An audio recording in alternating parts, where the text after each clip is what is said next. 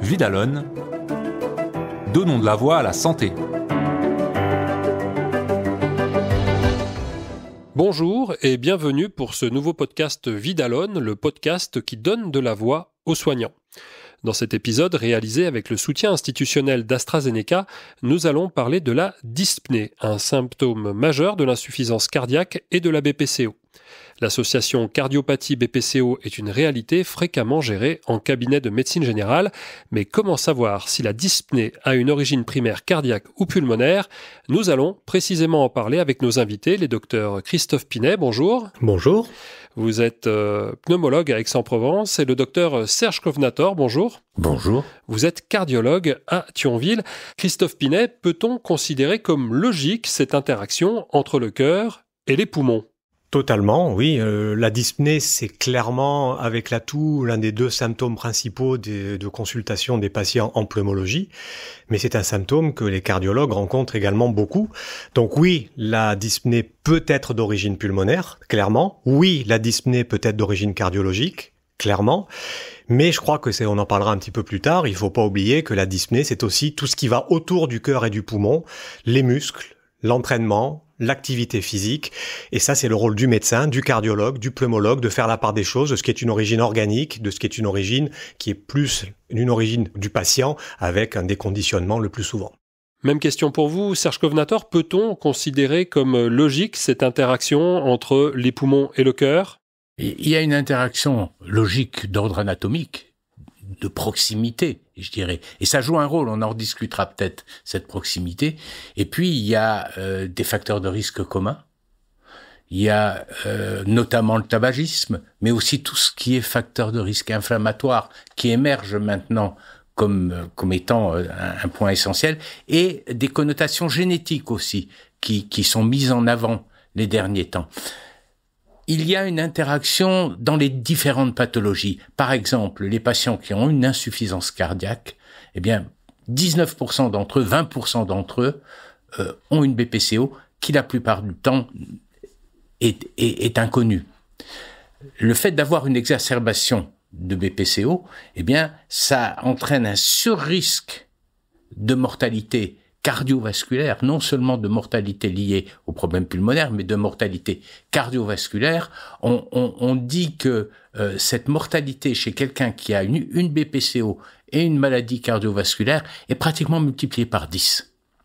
Et puis, dans les exacerbations, dans les premiers jours, il y a un risque majoré de manière significative de présenter un infarctus. Ce risque va perdurer jusqu'au 30e jour et même jusqu'à 1 an avec une diminution progressive dans les derniers mois. N'empêche que l'un et l'autre sont des facteurs aggravants.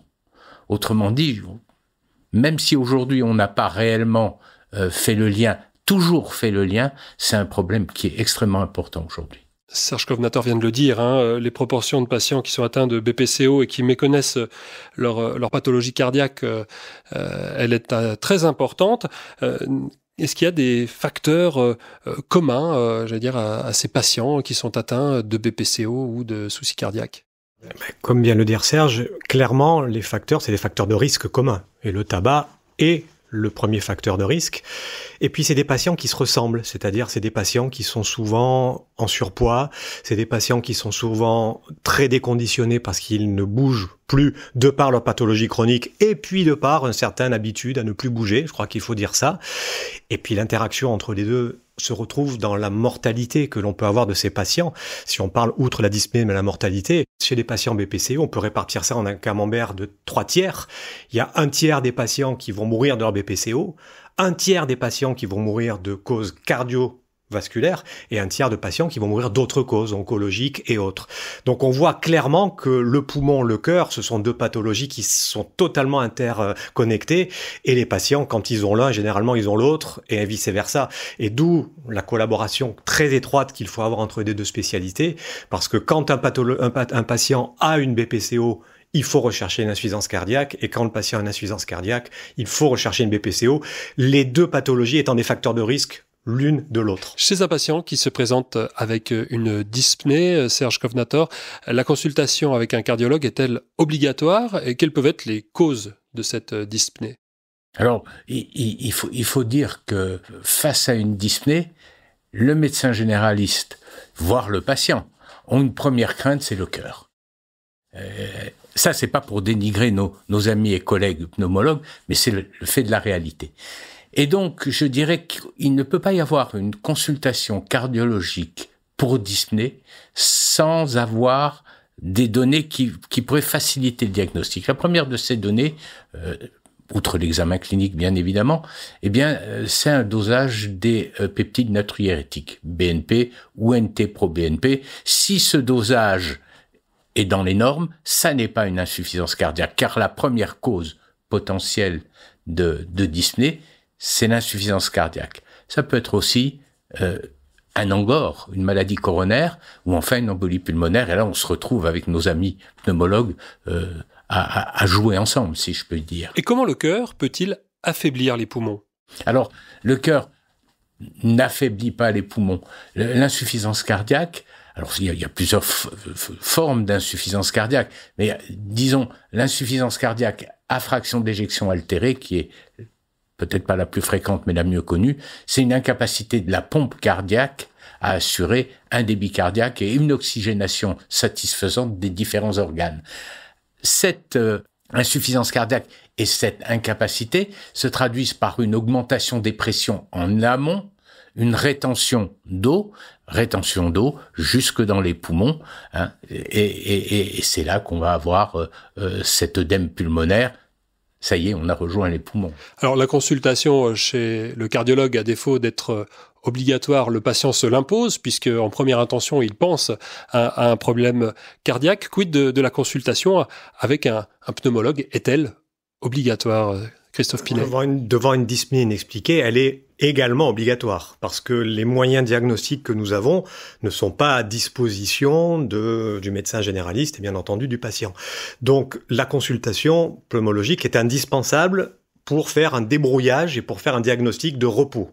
C'est-à-dire que le patient, quand il va venir nous voir, on va lui faire une batterie de tests avec des explorations fonctionnelles respiratoires dont on pourrait discuter plus avant la liste, mais qui permettent de ratisser très large au niveau de l'efficience du poumon.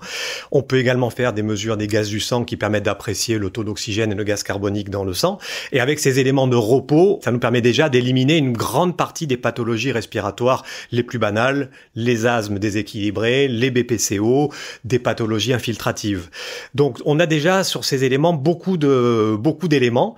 Et ces éléments-là seront à compléter dans un deuxième temps, malheureusement pas par tous les pneumologues, parce que tout le monde ne peut pas en disposer, mais par des examens dynamiques, comme les épreuves d'effort cardio-respiratoire, les VO2 max, ou éventuellement, si on recherche autre chose qu'une BPCO, comme une hyperréactivité bronchique, des tests de provocation à la métacholine, qui permettent d'affiner les diagnostics de bronchopathie au sens large du terme. Donc oui, en tant que pneumologue, on a le moyen d'avoir un diagnostic, et on a le moyen à la fois au repos et à l'effort d'obtenir un diagnostic et de dire le patient est dyspnéique pour telle et telle raison, pulmonaire, déconditionnement et ou cardiologique, mais ça, le travail se fait en collaboration avec le cardiologue. Alors, pour ce qui est de la disponibilité de chacun de vous, il faut être aussi honnête. Ça dépend également de la date ou de la possibilité de prendre un rendez-vous avec un spécialiste plutôt qu'un autre. Malheureusement, le gros problème actuellement, c'est qu'on est obligé de mettre ce paramètre dans la balance quand on dit diagnostic et accès à un spécialiste. Suivant les régions, l'un ou l'autre seront accessibles, ou l'un ou pas l'autre. Enfin, il y a des endroits où il n'y aura pas de spécialiste malheureusement disponible. Dans ce cas-là, le généraliste devra un petit peu bricoler de son côté, et c'est vrai que le dosage des peptides natriurétiques est très intéressant sur le côté cardiaque. Nous n'avons pas malheureusement de biomarqueurs qui nous permettent en tant que pneumologue d'affiner le diagnostic. Il n'y a que la mesure du souffle. Et puis bien entendu, cette disponibilité des spécialistes est actuellement le gros problème qui freine les diagnostics plus fins dans le cas de diagnostic. Prenons l'exemple où nous aurions le choix, où le patient aurait le choix du spécialiste. Est-ce qu'il y a un ordre de priorité? Doit-on d'abord prendre rendez-vous avec le cardio, d'abord avec le pneumo? Il n'y a pas d'ordre de priorité. Il y a le reflet de la vraie vie qui fait que, pour différentes raisons d'ailleurs, les patients et leurs médecins généralistes craignent plutôt la cardiopathie, que ce soit une insuffisance cardiaque ou que ce soit une maladie coronaire.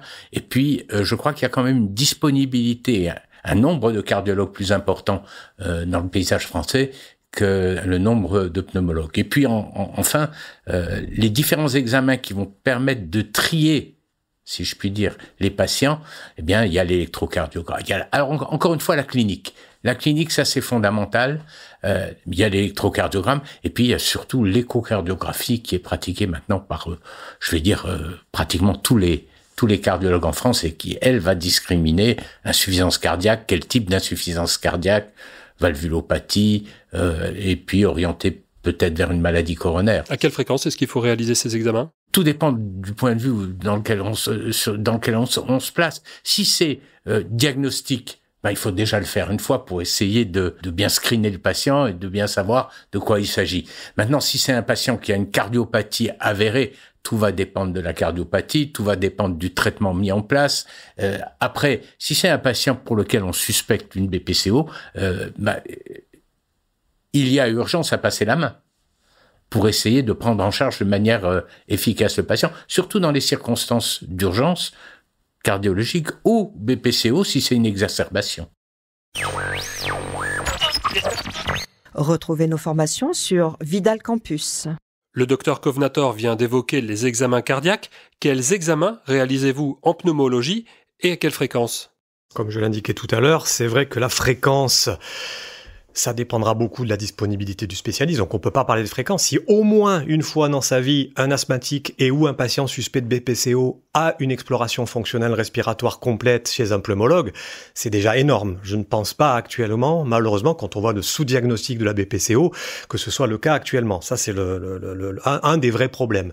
Donc oui, il faut faire dans un premier temps des explorations fonctionnelles respiratoires, spirométrie, plétismographie, test de diffusion au monoxyde de carbone, gazométrie, et puis, comme je l'indiquais tout à l'heure, dans un deuxième temps, pour ceux qui peuvent avoir à disposition ces explorations, des tests dynamiques, couplés généralement, et c'est là toute la collaboration que nous pouvons avoir avec nos amis cardiologues, des tests dynamiques couplés des tests d'exploration fonctionnelle cardio-respiratoire, où il m'arrive assez fréquemment de diagnostiquer des problèmes cardiologiques, un trouble du rythme, une fibrillation auriculaire qui serait passée inaperçue et qu'on diagnostique au moment de l'épreuve d'effort, et à contrario, le patient qui m'est adressé par les cardiologues, on trouve une BPCO, une bronchopathie méconnue sur les tests, alors que le patient venait de la cardiologie. Donc en fait, on peut approvisionner ces tests dynamiques du côté du cardiologue, du côté du pneumologue, et dans les deux cas, on arrive à soit diagnostiquer des pathologies méconnues, soit arriver à un diagnostic plus fin de la dyspnée, comme je le disais tout à l'heure, souvent des déconditionnements de patients en surpoids ou très peu actifs. La prise en charge de la dyspnée est-elle différente en fonction de son origine pulmonaire ou cardiaque ? Une dyspnée d'origine cardiaque va orienter vers une cause d'origine cardiaque. Alors, une insuffisance cardiaque, et là, il y a un traitement, on va pas rentrer dans les détails, mais on a un traitement qui est maintenant de mieux en mieux établi, avec 4 voire 5 classes thérapeutiques. Quand la dyspnée n'est pas d'origine cardiaque, il n'y a pas de raison de traiter le patient pour une insuffisance cardiaque. Alors, il y a quand même des médicaments qui nous sont communs, et on peut avoir des indications cardiologiques, par exemple de bêta-bloquants, qui jusqu'à un certain temps étaient considérés comme contre-indiqués en milieu pneumologique, ce qui n'est plus le cas aujourd'hui, en tous les cas, en fonction des indications. Et donc là, on a non seulement une intrication des pathologies, mais aussi une intrication des traitements possibles. En tout cas, que ce soit d'origine pulmonaire ou cardiologique, la place du médecin généraliste est primordiale dans le parcours de soins du patient et son orientation. Elle est fondamentale. Il faut vraiment que le généraliste ait son réseau de correspondants pour pouvoir soit adresser le patient dans le cadre d'une consultation traditionnelle en semi-urgence avec des rendez-vous classiques, mais moi ça m'arrive fréquemment d'avoir des appels de correspondants pour avoir des rendez-vous rapides parce que le patient est inquiet, parce qu'il y a quelque chose d'aigu. En effet, on n'en a pas parlé tout à l'heure, mais la dyspnée aiguë et la dyspnée chronique, c'est pas tout à fait pareil. Une dyspnée chronique, on l'évaluera tranquillement sans urgence. Une dyspnée aiguë, brutale chez quelqu'un sans antécédent particulier, c'est pas tout à fait la même chose. Et il va falloir dans ce cas-là avoir un diagnostic assez rapide, d'où l'intervention potentielle d'une collaboration directe par appel téléphonique. Mais ça, si le médecin généraliste a un bon réseau, ça se fait assez facilement. Malheureusement, quand il y a disponibilité des spécialistes, on en est toujours au même problème, c'est la disponibilité du réseau, du maillage médical dans la région donnée. Et puis, il a aussi un rôle, j'imagine, à jouer dans la surveillance, dans l'observance du traitement de son patient. Clairement, d'où clairement le bon rapport que nous devons faire, expliquer aux patients ce que nous avons trouvé, ce que nous n'avons pas trouvé, parce que quelquefois, il faut lui dire aux patients et aux médecins, nous n'avons pas de maladie respiratoire, il n'y a pas de maladie cardiologique, le patient est juste déconditionné, il faut le faire bouger, et arrêter souvent le nomadisme médical qui souvent est assez néfaste pour le patient, parce qu'il n'a pas forcément une réponse définitive, et on lui dit quelquefois des choses qui ne conviennent pas, c'est-à-dire il voudrait avoir un médicament miracle qui pourrait le soulager tout de suite. Or, il y a des fois, il n'y a pas de médicament. Le médicament, c'est de bouger. En dehors, bien entendu, de BPCO avéré ou d'insuffisance cardiaque avérée pour lequel il y a clairement un accompagnement médicamenteux qui est à notre disposition. Pour résumer, Serge Kovnator, quels sont les points clés de la conduite à tenir et les conseils que vous donnez aux patients? Alors, le point clé, c'est encore une fois d'établir un diagnostic pertinent. Le point clé, c'est de pouvoir penser qu'on n'est pas seul au monde et qu'il peut y avoir, en dehors des causes cardiologiques, d'autres causes. Et puis, les conseils aux patients, c'est d'influer sur le mode de vie.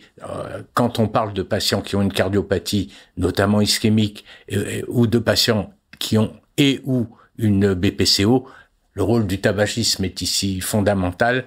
L'aspect psychologique, on n'en a pas parlé, est quelque chose d'important aussi. Le patient qui a une BPCO a souvent un psychisme qui est particulier et qu'il faut prendre en charge. C'est vrai aussi pour les cardiopathies, peut-être un peu moins. Et donc, voilà, au-delà de culpabiliser le patient, c'est de savoir l'écouter et puis de le prendre en charge avec les traitements adéquats. Vous l'avez évoqué au début de l'entretien, comment peut-on envisager une amélioration du diagnostic de la BPCO? D'abord que chaque patient puisse avoir accès aux examens minimums nécessaires au diagnostic, et ça, comme on l'a dit et redit, c'est pas toujours nécessaire. Et pour améliorer la prise en charge de ces patients, il faut peut-être aussi, moi je parle en tant que pneumologue, vraiment, et en collaboration avec le généraliste, insister sur l'observance des patients, l'observance thérapeutique. C'est quelque chose que ne rencontrent peut-être pas les cardiologues, mais en tant que pneumologue, on est souvent confronté au fait que les patients à qui on prescrit un spray, une poudre ou un traitement inhalé, ils le considèrent pas toujours complètement comme un médicament, et ils l'oublient quand on leur pose qu'est-ce que vous prenez comme médicament, ils l'oublient. Et donc, insister sur le fait que ce sont des vrais médicaments. On a à disposition maintenant, comme on a dit, des mono, des bi, des trithérapies inhalées, enfin, il y a toute une gamme de produits que l'on peut utiliser qui est vraiment extrêmement large, qui peut se combiner, qui ont chacun des indications bien données que l'on connaît beaucoup mieux actuellement, et insister sur le fait que, notamment pour les patients qui ont des BPCO légères ou des bronchopathies légères plutôt asthmatiques, ces patients-là, elles ont un peu tendance à oublier leur traitement respiratoire, leur rappeler que il faut le prendre, c'est un traitement chronique qui doit être pris régulièrement, tout au moins sous contrôle médical et en accord avec le médecin si jamais il est arrêté. Et en fait, je voulais juste au niveau thérapeutique faire un tout petit mot sur les bêta-bloquants. C'est vrai que les bêta-bloquants étaient à une époque contre-indiqués dans les bronchopathies, il y a encore ça qui traîne un peu partout. Actuellement, sauf dans les asthmes déséquilibrés qui posent problème, on n'a plus vraiment de problème.